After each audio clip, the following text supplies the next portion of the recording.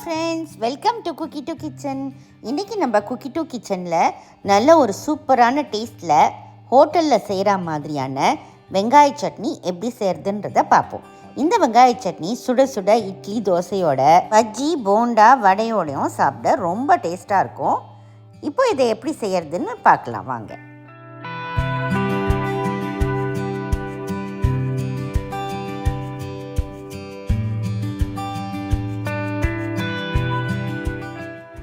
ஒரு பேனில் 1 டீஸ்பூன் கிட்ட எண்ணெய் சேர்த்துக்கோங்க. எண்ணெய் நல்லா காஞ்ச பிறகு ஒரு 10 பல் பூண்டை சேர்த்துக்கோங்க.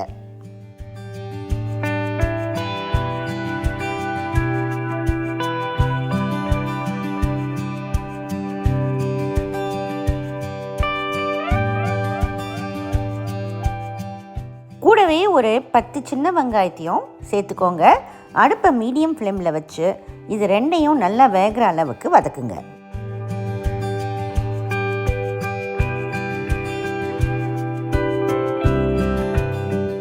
இப்போ பாருங்கள், இதோட கலர் நல்லா மாறி வந்திருக்கு. இதோட பச்சை வாசனை எல்லாம் போய் இந்த சட்னி ரொம்ப நல்லா டேஸ்ட்டாக இருக்கும். இப்போ இந்த சமயத்தில் உங்கள் கார டேஸ்ட்க்கு ஏற்ற மாதிரி ஒரு 4 காஞ்ச மிளகாவை சேர்த்துக்கோங்க. கூடவே கலருக்காக ஒரு 4 காஷ்மீரி ரெட் சில்லியும் சேர்த்துக்கோங்க.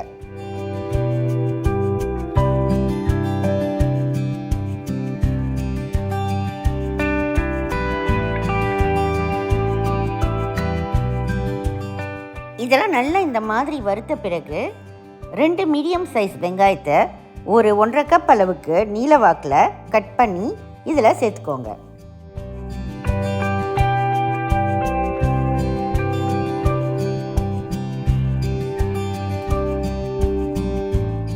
கூடவே கொஞ்சம் கறிப்பிலையும் போட்டு வதக்கிக்கோங்க.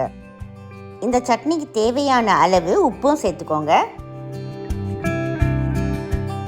இப்போ இந்த வெங்காயம் ரொம்ப செவந்து வரணும்னு அவசியம் இல்லை, கண்ணாடி பதத்துக்கு வந்தால் போதும். இப்போ பார்த்தீங்கன்னா இந்த வெங்காயம் நல்லா வதங்கி கண்ணாடி பதத்துக்கு வந்துடுச்சு. இந்த ஸ்டேஜில் நம்ம ஒரு சின்ன துண்டு புளியை சேர்த்துக்கலாம். கூடவே கொஞ்சம் மல்லித்தழையும் 10 புதினா இலையும் சேர்த்துடலாம். கொஞ்சம் நேரம் இதை எல்லாத்தையும் நல்லா வதக்கி விடுங்க.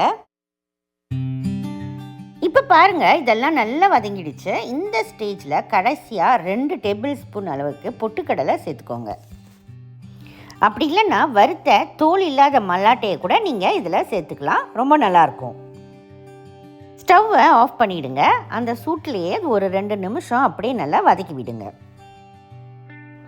பாருங்கள், நல்லா வதங்கிடுச்சு. இந்த அளவுக்கு வதங்கினா போதும். இப்போது இந்த சமயத்தில் இந்த வெங்காய மிக்சரை ஒரு பிளேட்டுக்கு மாற்றி வைங்க. இது நல்லா ஆறி வரட்டும், பிறகு நம்ம அரைக்க பார்க்கலாம்.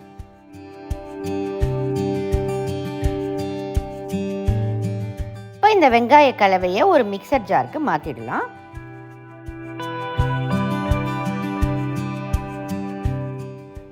ஃபர்ஸ்ட் ரவுண்டுக்கு நம்ம தண்ணி ஊற்றாமல் அரைச்சிக்கலாம். அடுத்த ரவுண்டுக்கு நீங்கள் தேவையான அளவு தண்ணி ஊற்றி அரைச்சிக்கோங்க. ஒரு 3/4 கப் அளவுக்கு நீங்கள் தண்ணி ஊற்றி அரைச்சிக்கோங்க.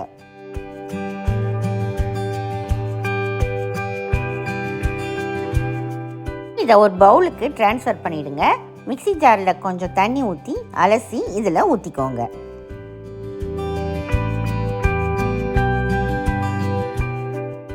இதை நல்லா கலந்து விட்டுடுங்க. அடுத்தது இதுக்கு ஒரு தாளிப்பு தரப்போகிறோம். எப்படி பண்ணுறதுன்னு வாங்க பார்க்கலாம். ஒரு பேனில் எண்ணெய் சூடு பண்ணிக்கோங்க. எண்ணெய் நல்லா சூடானதும் 1/2 டீஸ்பூன் கடுகும் 1/2 டீஸ்பூன் உளுத்தம்பருப்பும் சேர்த்துக்கோங்க. கூடவே ஒரு காஞ்ச மிளகாவும் கொஞ்சம் கறிப்பிலையும், உங்களுக்கு வேணும்னா கூடவே ஒரு 4 சின்ன வெங்காயத்தை பொடியாக அரிஞ்சு சேர்த்து நல்லா வதக்கி நம்ம சட்னியில் கொட்டிடலாம்.